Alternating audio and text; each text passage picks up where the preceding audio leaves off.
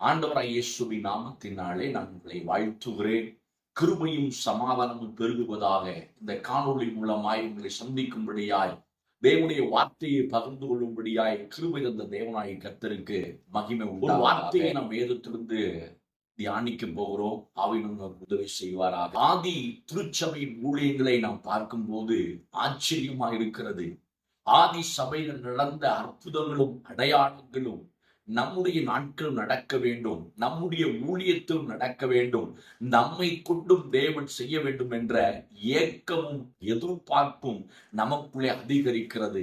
ஆனா ஆதி சபை செய்த ஒரு காரியமும் இந்த காலத்து சபை செய்ய தவறிய காரியம் ஒன்றே ஒன்றுதான். எங்க சேர்ந்து திருப்பிக் கொள்ளுங்க.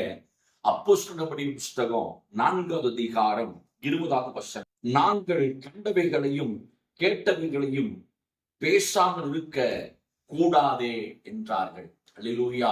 அப்போஸ்தலர்கள் சொல்லுகிறார்கள், பேதுரு சொல்லுகிறார், நாங்கள் கண்டவைகளையும் கேட்டவைகளையும் குறித்து எங்களாலே பேசாமல் இருக்க முடியாது. எங்களுடைய இயலாமை ஒன்று உண்டு. என்னவென்றால், எங்கள் தேவனாகிய கர்த்தருடைய செய்கைகளை நாங்கள் பார்த்திருக்கிறோம். எங்கள் தேவனாகிய கர்த்தர் கைகளிலே நடப்பிக்கிற மகத்துவமான கிரியைகளை நாங்கள் அனுபவிக்கிறோம்.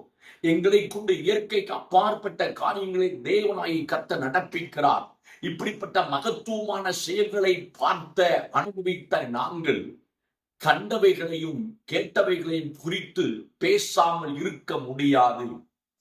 ஆதி திருச்சபை சொல்லுகிறது, நாங்கள் கண்டவைகளையும் கேட்டவைகளையும் குறித்து பேசாமல் இருக்க முடியாது. எப்படிப்பட்ட சூழ்நிலை சொல்லுகிறது? அடிக்கப்பட்ட போதும், அடக்கின போதும், அவர்களை அடைத்த போதும் அவர்கள் சொல்லுகிறார்கள், நாங்கள் கண்டவைகளையும் கேட்டவைகளையும் குறித்து பேசாமல் இருக்க முடியாது. ஆனா இந்த காலத்து சபை பேசும்படியான சுதந்திரம் கிடைத்த போதும், நமக்கென்று வாசல்கள் திறக்கப்பட்டிருக்க போதும், இயேசுவின் அன்பை அறிவிப்பதற்கு வாய்ப்புகளும் வசதிகளையும் தேவன் நமக்கு தந்த போதும், நாம் கண்டவைகளையும் கேட்டவைகளையும் அனுபவித்தவைகளையும் பேச தவறுகிறோம். ஆதி சபை செய்தது அசைவை கண்டது. இக்காலத்து சபை எதையும் செய்ய தவறுகிறபடினாலே, செயலற்று போயிருக்கிற ஒரு நிலைமை இருக்கிறபடினாலே, ஆனா இந்த காலத்து சபைக்கு ஒரு ஏக்கம் மாத்திரம் உண்டு. இது நடக்கணும், இது மாறணும், இது நடக்கணும், இது மாறணும். நம்முடைய சபைகளின் நிலைமை மாறுவதற்கு, ஊழியத்தின் நிலைமைகள் மாறுவதற்கு நாம் செய்ய வேண்டிய பிரதான காரியம், நாம் கண்டவைகளையும் கேட்டவைகளை குறித்து பேசுவோம். நம் தேவன் தந்திருக்கிற வெளிச்சத்தை, நமக்குள்ளே தேவன் தந்திருக்கிற ரட்சிப்பை, நமக்குள்ளே தேவன் தந்திருக்கிற ரட்சிப்பின் சந்தோஷத்தை மற்றொரு கடத்துவோம். ஆதி சபை கண்ட அசைவை நாமும் காணுவோம். கர்த்தர் தாமே நம்மை ஆசீர்வதிப்பாராக.